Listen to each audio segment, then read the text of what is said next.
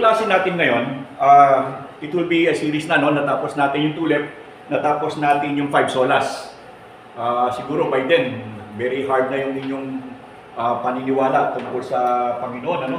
Ngayon, ang gagawin natin, ang pag-aaralan natin ay yung buhay ng ating Panginoon, simula sa hula sa Kanya hanggang sa pag-akyat niya sa langit.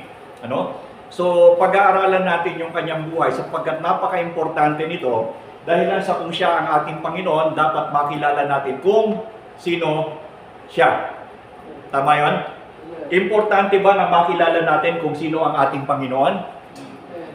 Dapat kasi ito yung ating Panginoon, ito yung pagligtas natin, dapat maintindihan natin kung sino siya at ano yung ginawa niya para sa atin.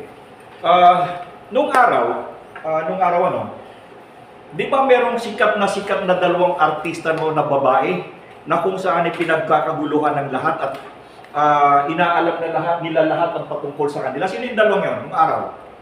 Dalawang artistang Pilipinong babae. Nora Honor at saka si Vilma Santos. Itong dalawang ito ay very prominent sila at sila ay talagang matini, di ba? At yung kapitbahay namin, si Aling Siring, ano yung diehard fans ni Nora Honor. At gusto mong mapaaway, sabihan mo ng something bad si Nora Honor, automatic napapaaway ka. At saka pag tinanong mo kung ano ang gamit ni Nora Honor na sabon, lahat itanong mo sa kanya. Alam lahat ni Kasiring yun. Dahil nasa siya ay fans ni Nora Honor. Sinong Vilma niyan? Mami? Nora. Nora Honor. Hindi Hindi Nora Honor yan. Dalawa lang naman yun Anyway, kung itong mga taong ito, di ba, meron pang isa. Natatandaan ko yung Marimar nung araw. Nanonood ka ng Marimar? Kay Maria na. Ha? Yung bago ng version. Hindi, yung lumang version ng Marimar. Di ba noon yung lumang version ng Marimar? Talagang umuuwi sila. At sabi sa iyo, pagka halimbawa yung talagang palabas na yung oras, hindi na magkaintindihan yung manunood ng Marimar at talagang manunood sila. Ganon yung kanilang, tapos si Pastor, pati yung kanta alam Si Talia, yung si Talia, no? So, ganon yung kanilang pagnanais na makilala, hindi lamang makilala, kundi ganon yung kanilang pagnanais na kung saan ay sabihin natin na tunay na makipag-isa sila doon sa kanilang iniidolo, makilala talaga. Ngayon, sa palagi ko ay mas higit na importante na tayo ay magkaroon ng paglalagay ng malaking oras at pagkakilala kasi ang ating pag-uusapan ay yung nagliligtas ng ating kaluluwa. Di ba? Ito, ang pinag-uusapan nila noon, pampisikal. Pero ang pag-uusapan natin ngayon ay yung Panginoon na kung saan siya ang magliligtas sa atin mula sa kapahamakan, papunta sa impyerno, papunta sa langit. Di ba? So, napaka-importante na matutuhan natin yon. Unang-una, ano ba ang pasimula patungkol sa Kanya? Saan siya nag-umpisa? Ang bagong tipan, tatandaan nyo, ang Panginoong Jesus ay nabuhay lamang sa bagong tipan.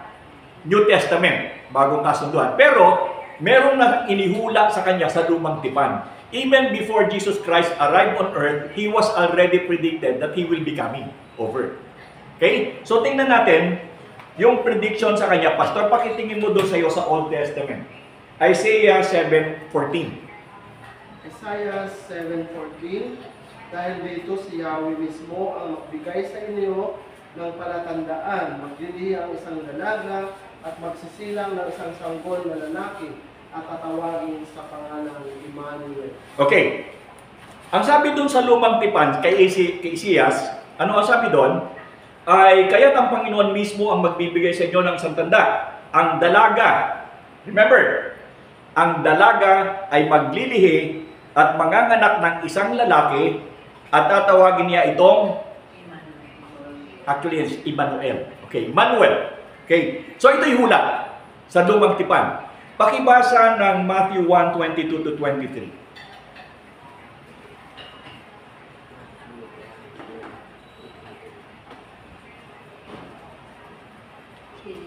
Ikaw. Sino yung Matthew 1:22-23? Sino ang Matthew 21:22-23? 21, Oh. 20. 2 to 23. Nangyari nga ang lahat ng ito upang matupad ang sinabi ng Panginoon sa pamamagitan ng propeta. Maglilihi ang isang birhen at magsisila ng isang sanggol lalaki at Kita po tatawagin dapat yung hindi na live. ang Okay, kahulugan. hindi ko lang makita yung ganyan, malabog na to. Okay, ano sabi diyan? Nangyari nga ang lahat ng ito upang matupad ang sinasabi ng Panginoon sa pamamagitan ng propeta. Remember, sinasabi ng propeta, ang dalaga ay maglilihi at manganganak ng isang sanggol na lalaki at tatawagin nilang siyang Emmanuel. So, ibig sabihin, inihula ni Isaias, nagkaroon ng katuparan sa bagong tipan. Ano daw ang pangalan ng ipanganganak ng babaeng naglihi na dalaga? Emmanuel. Actually, yan ay Emmanuel. Ibig sabihin, kasama natin ang Diyos. Ano? Yung Emmanuel, ang derivation niyan is Emmanuel. Emmanuel, kasama natin ang Diyos. Kaya, may question palagi dyan, di ba? Sinasabi na si Jesus Christ daw ay hindi Diyos o walang esensya ng kanyang kadyosan. Bakit sinabi doon sa hula na ipanganganak ng isang dalaga o maglilihi ang isang dalaga at manganganak ng isang lalaki na tatawaging pangalan ay Emmanuel? Ibig sabihin ay kasama natin ang Diyos. Okay, dapat yung tandaan, si Jesus Christ pala ay inihula. Ibig sabihin, ang pagdating niya ay hindi aksidente. Sinabi pa sa lumang tipan na ang Panginoon, hindi, okay na, sakit.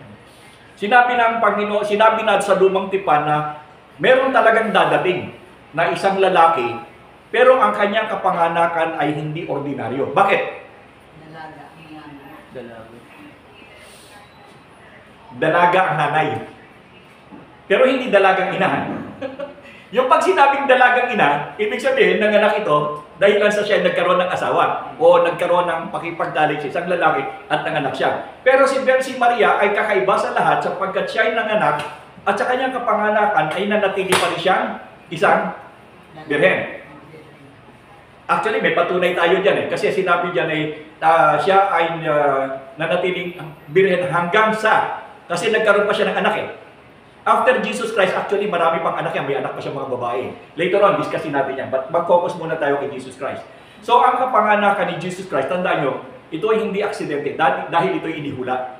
Ang isa sa mga talata na dapat yung tandaan is Isaias 7:14.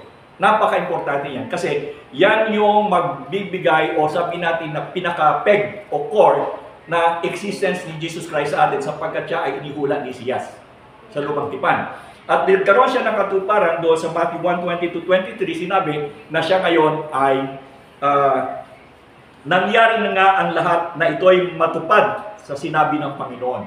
So, yung tinatawag na prophecy o yung hula patungkol sa pagdating ng Emmanuel na ito ay nagkaroon ng katuparan. Okay? Ibig sabihin, marami kasi mga prophecies na hindi natutupad mga false prophet yun. But even then, ang isang propeta kasi, para ma-consider mo na isang prophet, dapat walang sablay ang prophecy niya. It has to be 100%. Pero pag hindi 100% ang prophecy ng isang tao, false prophet yon. Dito sa Pilipinas, di ba maraming prophet? Sino? Si Madam Auring? Sino pa? Marami yan Pero, meron pa. Ang prophet, in order to become a real prophet, has to prophesy 100%. Kapag hindi 100% ang prophecy mo, then you will pupunta ka doon sa level ng false prophet. So, si Isaiah, wala naman siyang inihula na sablay. Lahat ay nagkaroon ng katuparan. Now, after doon, si Jesus Christ ay meron siyang pinsan. Sino ang pinsan ni Jesus Christ? Si John the Baptist. Ano? Pero hindi yan yung Baptist Church. Kasi yung mga Baptist, galing daw sila doon, bahala kayo sa buhay nyo. Okay, Luke 1:13-17. Sino kanina ko binigay? Mami. Luke 1. 13-17.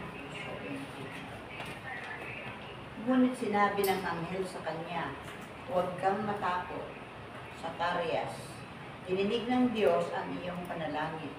Ang iyong asawang si Elizabeth ay magkakaanak ng isang lalaki at Juan ang ipapangalan mo sa bata. Ikaw ay matutuwa at magiging maligaya marami ang magagalak sa kanyang pagsilang, sapagkat siya ay magiging dakila sa paningin ng Panginoon. Hindi siya dapat uminom ng alak o anumang inumin na kalalasing o sa nakakalasing. Sa sinapupunan pa lamang ng kanyang ina, ay mapupuspos na siya ng Espiritu Santo. Sa pamamagitan niya ay maraming Israelita ang magbabalik loob sa kanilang Panginoong Diyos. Mauuna siya sa Panginoon na taglay ang Espiritu at kapangyarihan ni Elias upang pagkasunduin ang mga ama at ang kanilang mga anak at panumbalikin ang mga suwail sa karunungan ng mga matuwid. Sa gayon, ipaghahanda niya ng isang bayan ang Panginoon. Okay. So, dalawang parte, inihula si Jesus na ipapanganak bilang Emmanuel. Pagkatapos sa kabilang dako naman ay meron pa rin isang ipapanganak na sinasabi na ito ay kasisiyahan din ng Espiritu ng Panginoon at ito ay mas mauuna.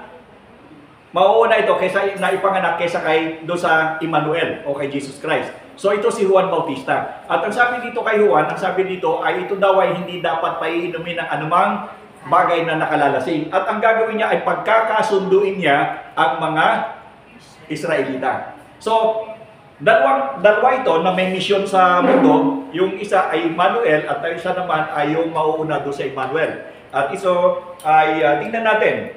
Pagkatapos noon, nakita natin inihula ang Panginoon. Pagkatapos ay ipinanganak hinula yung kapanganakan ni Juan Bautista.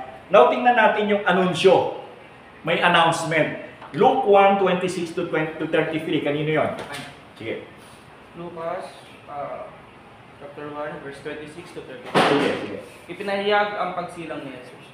Nang ika-6 na buwan ng pagdadalang tao ni Elizabeth, ang anghel na si Gabriel ay sinugo ng Diyos sa Nazareth na isang bayan sa Galilea upang kausapin ng isang dalagang na pangalay Maria. Siya ay nagtakda ng ikasal kay Jose, isang lalaking buhat sa angkan ni David. 28. Lumapit ang anghel sa dalaga at binati ito. Maggalak ka, ikaw ay lubos na kinalugdan ng Diyos. Sumasa iyo ang Panginoon. Naguluhan si Maria sa sinabi ng anghel at iniisip niyang mabuti kung ano ang kahulugan ng ganoong pagbati. Sinabi sa kanya ng anghel, "Huwag kang matakot, Maria, sapagkat naging kalugod-lugod ka sa Diyos. Makinig ka, ikaw ay maglilihi at manganganak ng isang sanggol na lalaki, at siya'y papangalanan mo ng Jesus. Siya'y magiging dakila at tatawaging anak ng kataas-taasang Diyos. Ibibigay sa kanya ng Panginoong Diyos ang trono ng kanyang amang si David upang maghari sa angkan ni Jacob magpakailanman. Ang kanyang paghahari ay walang katapusan." "Paano kung mangyari ito ganyong ako'y isang birhen?" tanong ni Maria. Sumagot ang anghel, "Sasa iyo ang Espiritu Santo at mapapasailalim ka sa kapangyarihan ng kataas-taasang Diyos. Dahil dito, ang isisilang mo'y banal at tatawagin anak ng Diyos. Hindi ba't ang kamag-anak mo si Elizabeth ay baog? Gayon may naglihi siya at ngayon kay ika-6 na buwan na ng kanyang pagdadalang tao, kahit na isa siyang matanda na, sapagkat walang anumang bagay na hindi kayang gawin ng Diyos." Verse 38, sumagot si Maria, "Ako'y alipin ng Panginoon, mangyari nawa sa akin ang iyong sinabi." Pagkatapos, umalis na. Okay. Anunsyo. Una, inihula, tapos sinabi yung kapanganakan ni Juan Bautista, dumating naman ang anunsyo pagdating na ipanganganak ang si Jesus. Yung pag-anunsyong ito, natuwa ba si Maria? Anong nangyari kay Maria nung i-anunsyo na siya ay maglilihi? Naguluhan. Kayo man, dalaga kayo, tapos sabihin kayo yung mga anak.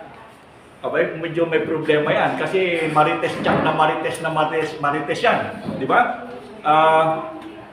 Biruin mo yung dalaga, maglilihi at mga anak. So, pero ito yung nangyari. Ngayon, itong sinabi dito, paano daw manganganak si Maria? Paano ang sistema? Kasi dalaga, pero manganganak. Paano yun? Ano ang sinabi dito? Paano siya manganganak? Sa pamamagitan ng banal na Espiritu. Holy Spirit. So, ibig sabihin dito, ang pagiging panganganak ni Jesus Christ is different from all. Kasi, yung kanyang pagdadala ni Maria sa kanyang sinapupunan ay hindi sa pamamagitan ng gawa ng tao, kundi sa pamamagitan ng Espiritu ng Diyos. Ano ang nangyari kay Jose nung malaman ni Jose na nagdadalang tao si Maria? Balak malis. Balak niyang iwanan. Di ba, betrothed sila eh. Kakasal na eh. Tapos, isipin mo, yung babae na pakakasalan mo eh, hindi mo pa man nagagalaw eh. Pagkatapos eh, biglang buntis. Ano gagawin mo? Uurong ka. Bakit? Bakit ka atras? Baka mag-iisip ka, teka muna, nasa lisihan ako. Di ba? Eh syempre, hindi ko naman ginagalaw yung babae pagkatapos magbubuntis siya. Eh kakasal na kami. Eh yung isa lang ang posibilidad na mangyari doon na ako'y nasa lisihan. Pero, mayroong isang anghel na dumating. Anong pangalan? Gabriel. Itong si Gabriel na ito ang nagpaliwanag kay Maria na huwag kang maglumihanan sapagkat ang dinadala niyang sanggol ay hindi, sabihin natin, i-paraphrase natin, hindi galing sa tao yan, kundi yan ay galing sa banal na Espiritu. Okay. Tanong. Tao ba si Kristo?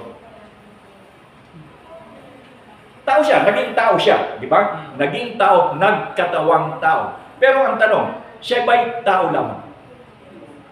Hindi. Bakit?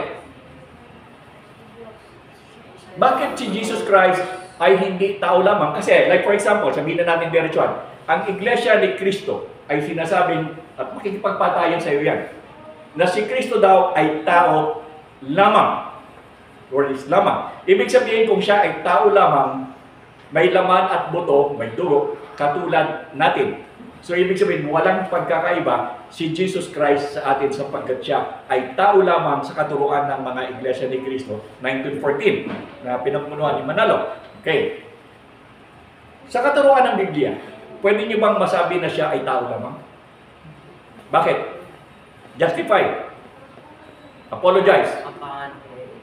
Ang kapanganakan niya iba. Bakit na iba? Paano masasabi na ang kanyang kapanganakan na iba?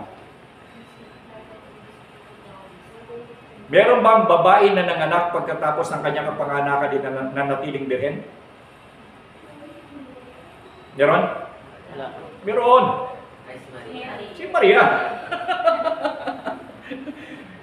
Bukod tangi.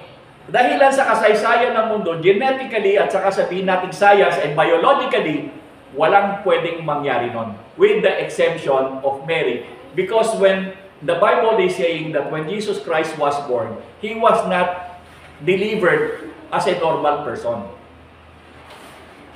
Sa totoo lang, iniisip ko hanggang ngayon kung paano siya pinanganak eh.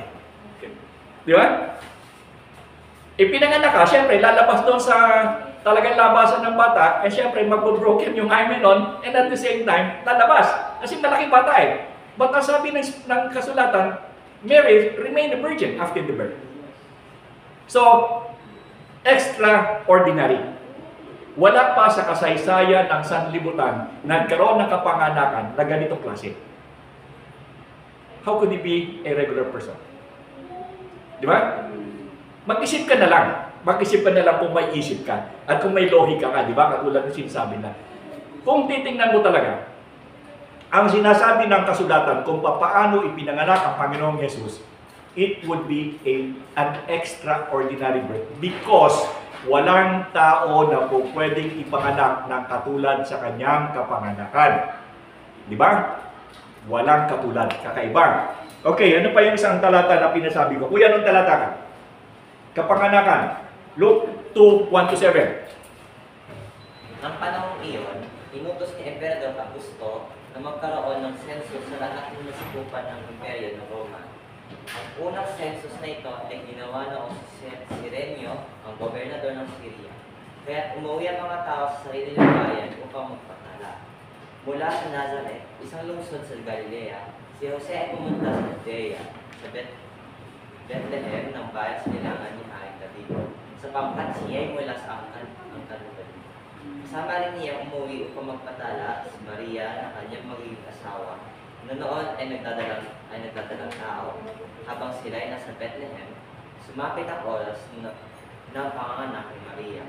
Isinilang niya ang kanyang panganay na isang lalaki Binalat niya sa lampin ang sanggol at inihiga sa isang sabsaban, sapagkat wala ng lugar para sa kanila sa bahay ng Diyos. Okay. So ito na. Una, inihula ang Emmanuel. Emmanuel ano? Isang Panginoong Hesus, pero ginamit sa Isaias at saka doon sa Mateo, Emmanuel, ibig sabihin. Imanu, tapos El. Yung El kasi Diyos. Okay, Emmanuel. So pagkatapos ihula sa Isaias, nagkaroon siya ng katuparan doon sa Bagong Tipan. Tapos nauna doon, nauna na ibinalita na siya daw ay magkakaroon ng pinsan.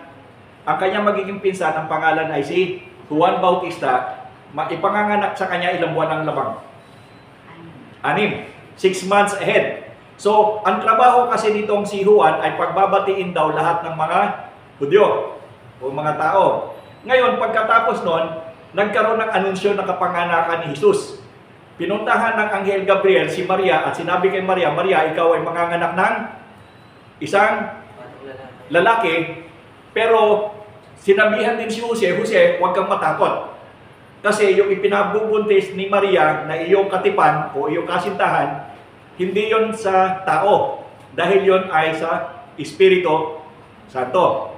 Okay? Holy Spirit yung nagbigay ng birth doon kay Mary. Ngayon, ipapanganak na si Jesus Christ. Okay? Nung kanyang kapanganakan, saan lugar siya ipapanganak? Saan? Sa Bethlehem. Anong lugar yon? Sa Judea. Ano? At itong kasing lugar ng Judea, ito din ang kapanganakan ni Haring David. Now, bakit doon ipapanganak si Jesus Christ?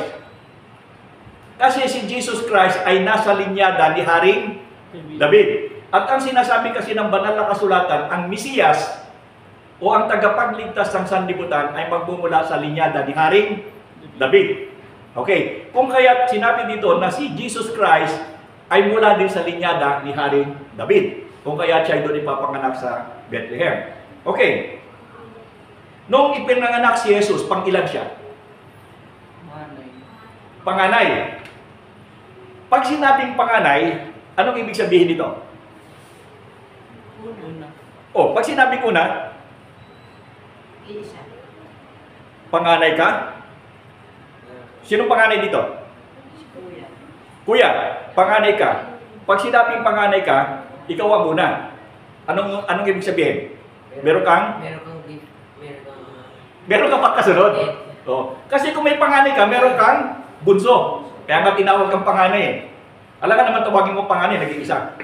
Di ba? So ang sabi dito ng kasulatan, ang sinabi dito, si Jesus Christ ay panganay.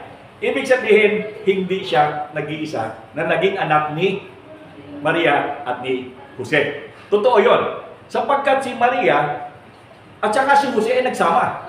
Dahil mag-asawa na sila eh. Anong gagawin ng mag-asawa? Di ba? So si Jesus Christ was born different from the rest. Because si Jesus Christ, being panganay, He was born and conceived by the Holy Spirit. Pero yung sumunod na sa Kanya ay hindi na. That is why yung konsepto ng Roman Catholic that Virgin Mary is not true. Doon sa kanilang doktrina kasi, si Maria daw ay nanatiling birhen.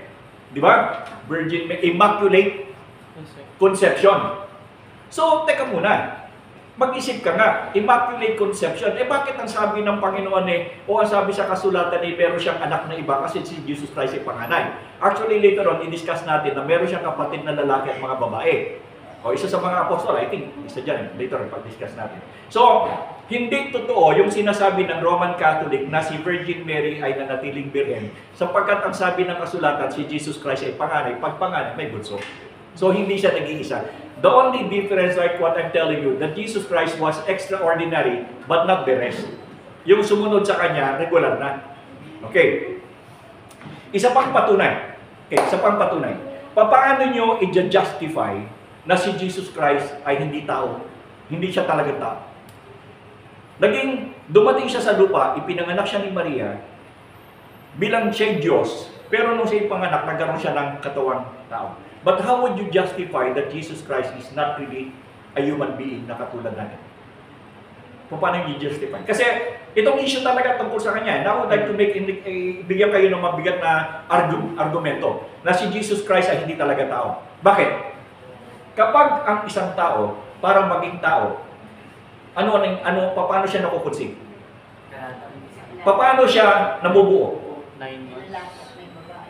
Dapat yung itlog ng babae at similya ng lalaki ay magsama, magkita. Kapag nagkaroon ng pagsasama ang itlog at ang similya, ito ay nagiging embryo, fetus, nagiging embryo, habang sa ito'y lumalaki at pagdating ng 9 na buwan, ilalabas at ito'y magiging bata o magiging tao.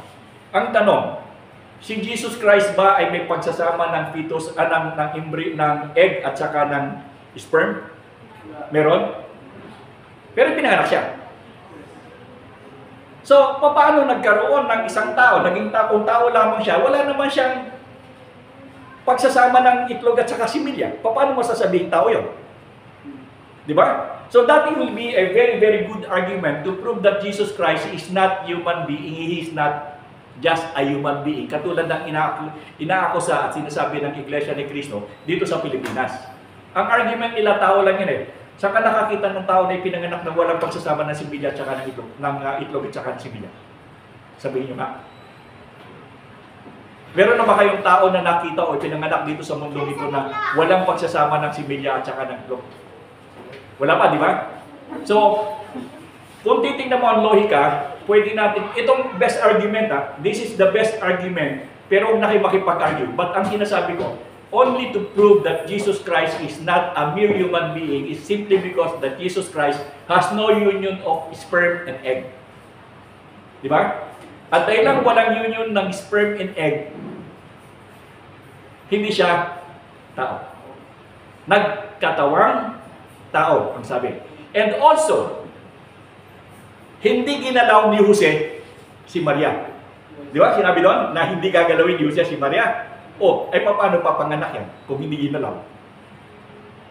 So, itong kabuuan ng argumento, I'm very strong on this kasi merong isang grupo dito sa Pilipinas na very, very strong denying the existence of the deity of Jesus Christ.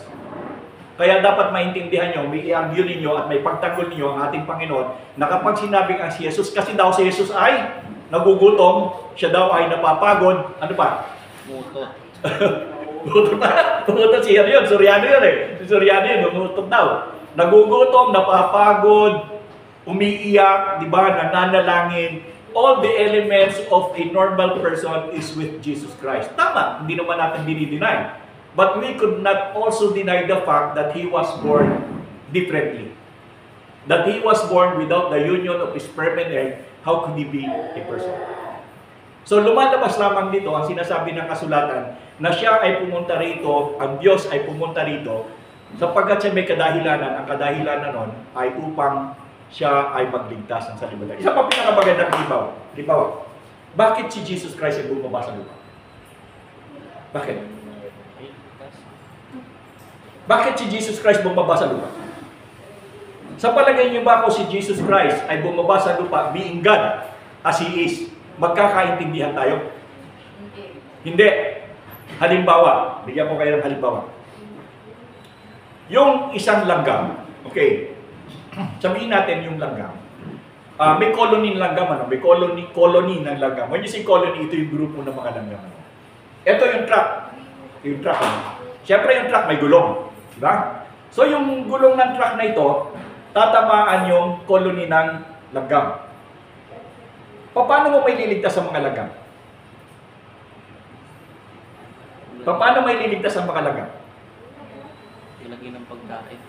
Magiging langgam ka. Somebody has to become a langgam in order for that langgam to talk to the other langgam so that they could talk on the same language so that he could say to the langgam, umalis kayo riyan sapagkat dadaan ang gulong, kayo ay masasagasaan. The only way for the langgam to get away from the trouble that is coming is for them to be informed in the same language. Dahil kung hindi pareho ang lengguwahe, hindi sila magkakaintindihan.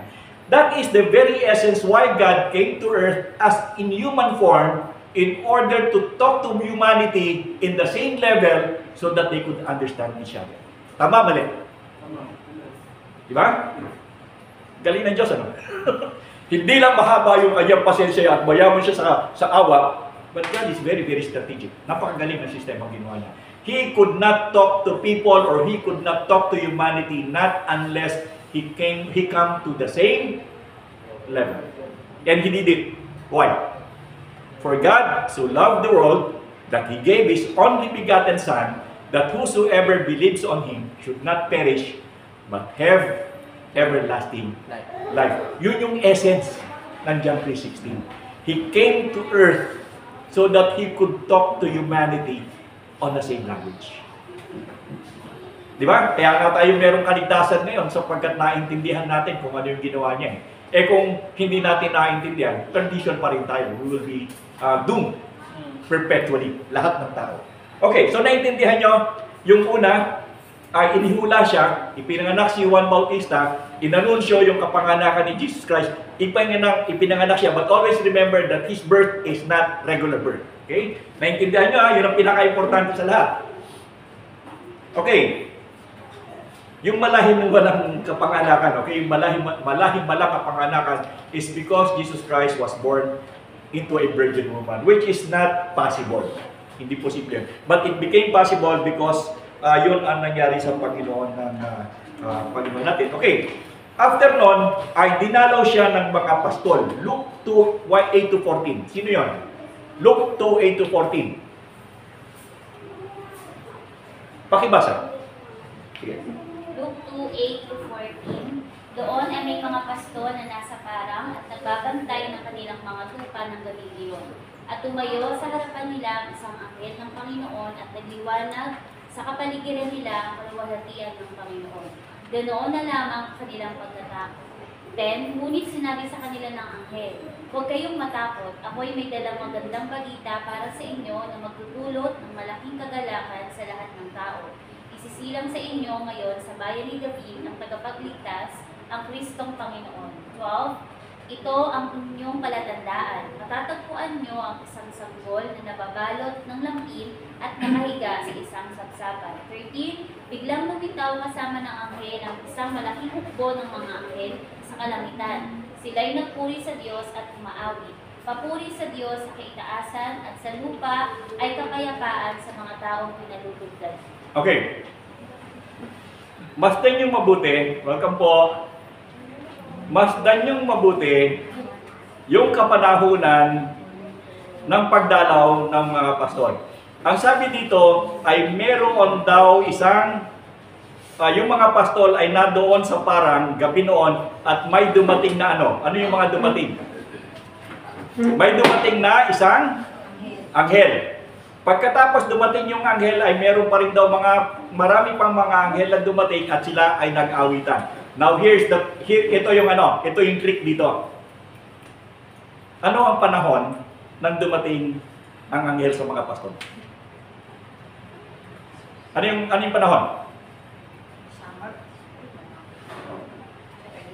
August. Ano yun? Anong klima ng panahon? Tagulan. Nasa parang yung mga pastol?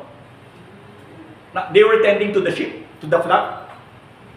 Anong occasion yan? Ibig sabihin, anong weather? Anong climate? Mainit nun. Kasi nasa labas yung mga pastol, nasa labas yung mga tupa. Di ibig sabihin, mainit ang panahon. Di ba? Am I right? I will emphasize this again and again and again and again. Ano ang klima at ano ang panahon nung ipinanganak o nung dumating ang anghel para ibalita sa mga pastol na dadating na ipinanganak ang Mesiyas? Anong panahon? Tag-init. Sigurado ba kayo na tag-init? Kasi hindi malamig. Hindi malamig. Ibig sabihin, hindi malamig, mainit. Alam nga naman, meron pa pag-itan yung mainit at saka malamig. Hindi naman sinabing maligam-gam eh. At ang sabi dito, at dumating ang anghel na panahon at ang mga pastol ay nandoon sa parang sapagkat ang panahon ay maligam-gam. Sabi bang ganon? Hindi, gabi. At hindi malamig. So ibig sabihin, pag hindi malamig, ito ay mainit. Ini-emphasize yung hindi malamig. Tama ba yung kasulatan? Tama ba yung sinabi dito? Sagot naman kayo. Oo, hindi na nga lang ang sasabihin nyo, hindi pa masagot. Di ba? Tama ba yung sinabi ng kasulatan na hindi malamig Yung panahon nang dumating ang anghel para ibalita sa mga pastor na ipinanganak ang Mesiyas. Tama? Hindi malamig. Yes. Anong araw kayo nagse-celebrate ng kapanganakan ng Panginoon? Ano? Naglolokohan ba tayo dito o ano? Huwag nyo sabihin hindi kayo guilty dito. Di ba? Because the traditions of the Roman Catholic, because of the solstice tide. Yan ang Roman Catholic. Idinadaan nila doon sa solstice tide, which is basically a pagan tradition. Ang December 25. Eh bakit tayo December 25 nagse-celebrate? Ha? Anong nangyari sa inyo?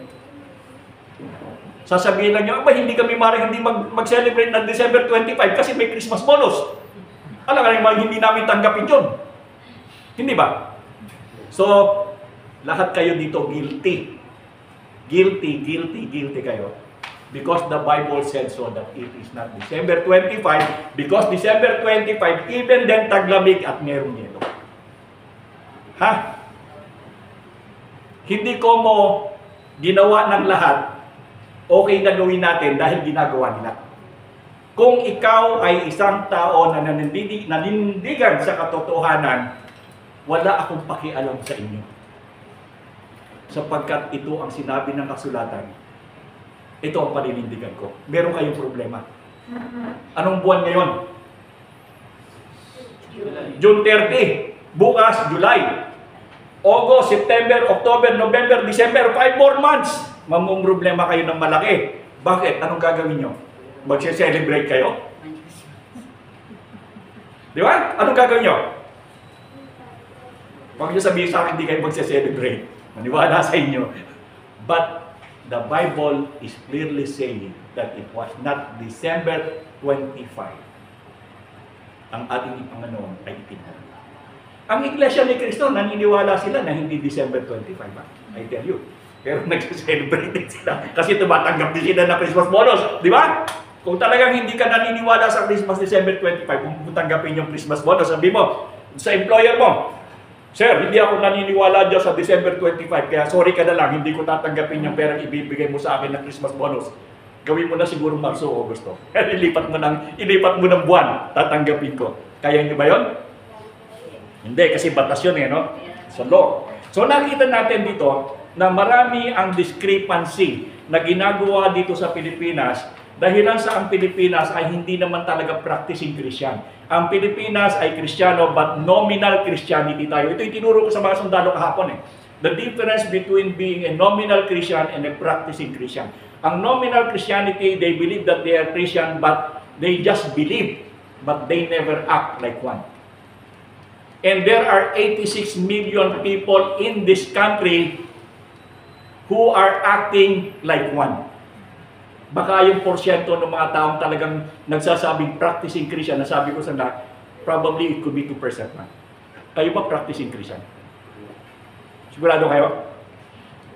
Kasi ang tanong ko sa kanila, kasi madaming masundalo ko, kung talagang practicing Christian kayo, pag-araw ng negosyo, saan kayo dapat? Nasaan kayo? Kung practicing Christian ka, dapat pagliguan na saan ka?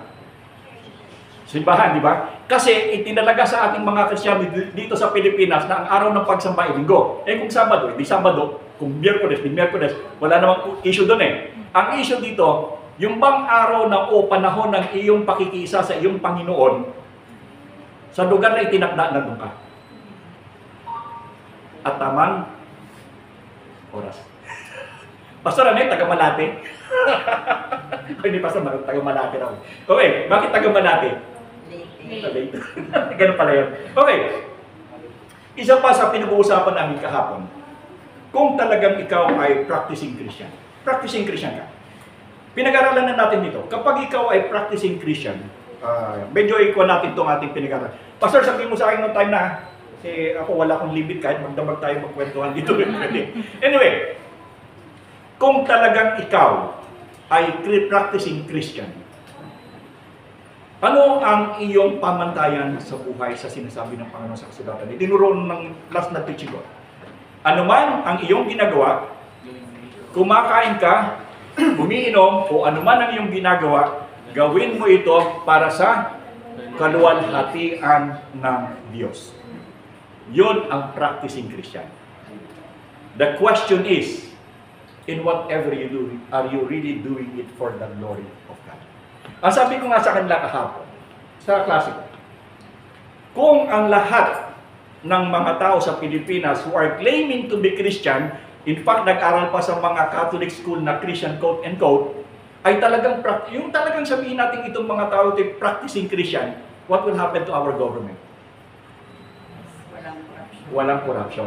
The only way, ito lagi sabi, tanggalin ang corruption kung ano-ano sinasabi nila. Paano mo tatanggal? Pare-pareho naman kayo. Diba? If you are a nominal Christian, telling another nominal Christian to change, how could he change? Pareho kayong nominal.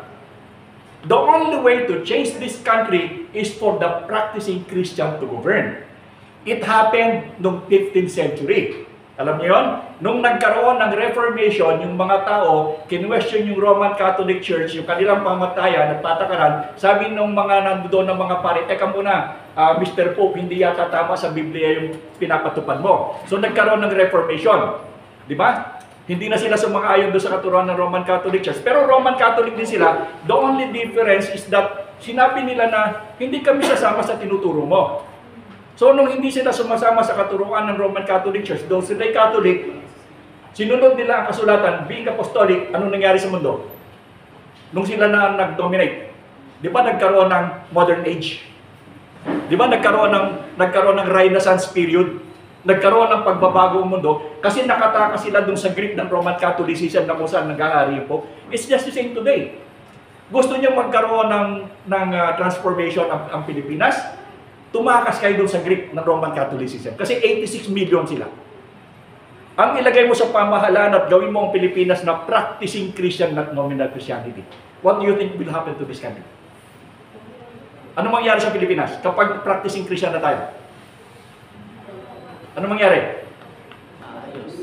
We will become probably the most very, very strong country. You know why? We have all the resources. We have all the resources. We have all the mineral and we have all the resources in the world that you could find. Nandito, West Philippines Sea, nag-aawayan sila. Bakit nandoon yung mineral resources? That is the exact reason why the Chinese and the Americans are fighting. Yung resources doon sa West Philippines Sea, yun ang kanilang pinag-aawayan. Hindi yung kung ano-anong proxy what. In reality, yun ang pinag-aawayan. Yung nakalagay doon. At atin yun.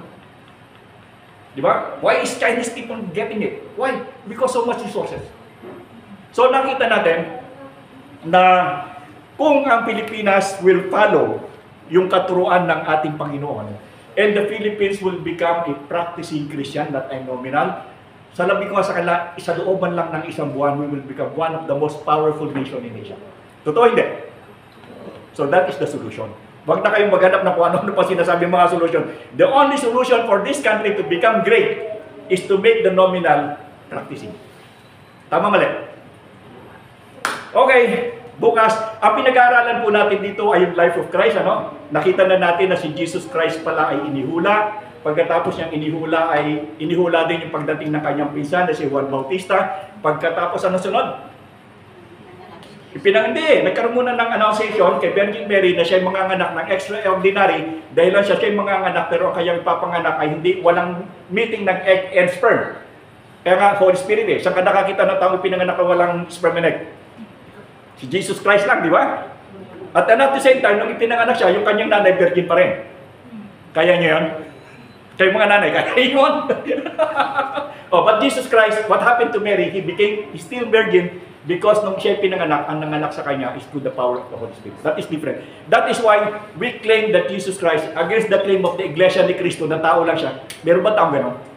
Paliwanag mo nga.